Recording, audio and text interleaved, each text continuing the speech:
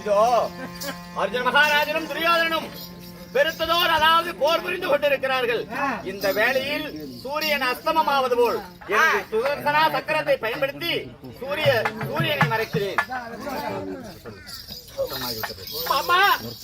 சூரியமாகப்பட்டது அஸ்தமாகிவிட்டது. நான் என்ன செய்வேன்? சைத்தரசனை எங்க தேடினாலும் கிடைக்கவில்லை. ஆனா இந்த அக்னி தீமூட்டி இந்த அக்னி தீவிலே ஆனால் அர்ஜுனனாகப்பட்டது நான் மறிகிறேன். மாமா நீ வைக்க போகிறாய். ஆகட்டும்.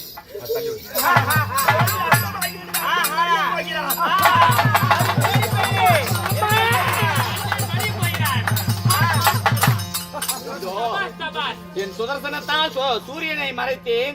இப்பொழுது என் சுதர்சனாவை வரவழைத்து மீண்டும் பகலாக்குகிறேன். அர்ஜுனா, அதோ பார்த்தாயா? சூரியன் இன்னும் அஸ்தமாகவில்லை. ஒளியை பார்த்தாயா?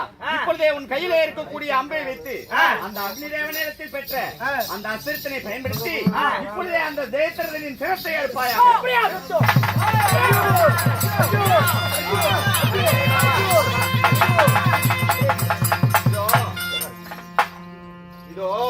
அந்த ஜெயத்ரதனின் சிரமாகப்பட்டது அந்த அக்னி தேவன் கொடுத்த அஸ்திரத்தினால் இப்பொழுது அந்தரமார்க்கமாக பறந்து கொண்டிருக்கிறது. கீழே விழாமல் மறு அஸ்திரம் தொடுத்து வாயு பகவானிடத்தில் பெற்ற அந்த அஸ்திரத்தினை பயன்படுத்தி இப்பொழுதே அந்த சிரத்தினை அடித்தாயானா அவருடைய தந்தையாகப்பட்ட விருதச்சத்திரன் எப்பேற்பட்ட வரம் பெற்றிருக்கிறான். இதோ எவன் ஒருவன் என் மகனின் சிரத்தினை இந்த மண்ணிலே விளைவிக்கிறானோ அவனுக்கு மரணம் என்று வரம் பெற்றவன். ஒருவேளை இந்த சிரம் இப்பொழுது மண்ணில் விழுந்து விட்டா நீ சிரம் அதாவது உன் தலையானது சுக்காக வெடித்து மாண்டு மடிந்து விடுவாய். இந்த வாயுதேவன் கொடுத்த அஸ்திரத்தினால் இந்த சிரத்தினை அவன் தந்தையாராகிய விருதச்சத்திரன் கையிலே விழுமாறு செய்வாயா?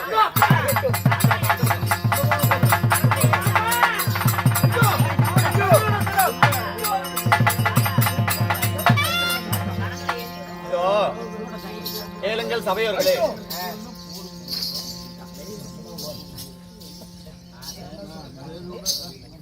ஜெயத்ரதனின் சிரத்தினை அறுத்து அவருடைய தந்தையாராகிய விருதச்சத்திரன் வரம் பெற்ற காரணத்தினால அந்த ஜெயத்ரதன் என்று சொல்லக்கூடிய சைந்தவனின் சிரமாகப்பட்டது அவன் தந்தையாராகிய விருதச்சத்திரன் கரங்களிலே சென்று விழுகிறது. அப்பொழுது அந்த விருதச்சத்திரனாகப்பட்டவன் தன்னுடைய மகனின் சிரத்தை பார்த்த உடனே தன் மகனுடைய சிரம் கையிலே வந்துவிட்டதே என்று பயத்தால் அந்த சிரத்தினை மண்ணிலே போடுகிறான். அவன் பெற்ற வரத்தின்படி அந்த சிரம் மண்ணிலே விழுவதற்கு காரணமாக அவன் தந்தையாகிய விருதச்சத்திரனே இருந்த காரணத்தினால விருதச்சத்திரன் அவன் சிரமாகப்பட்டது வெடித்து சுக்குநூறாகி அவனும் ஆண்டு மடித்து விடுகிறான். இத்துடன் 14ஆம் நாள் சைந்தவன் வதை என்று சொல்லக்கூடிய நாடகமும் 13ஆம் நாள் அபிமன்யுவும் கொன்றை மலர் மாலையும் என்று சொல்லக்கூடிய நாடகம் இனிதே முட்டிற்று. அனைவரும் சென்று வரலாம்.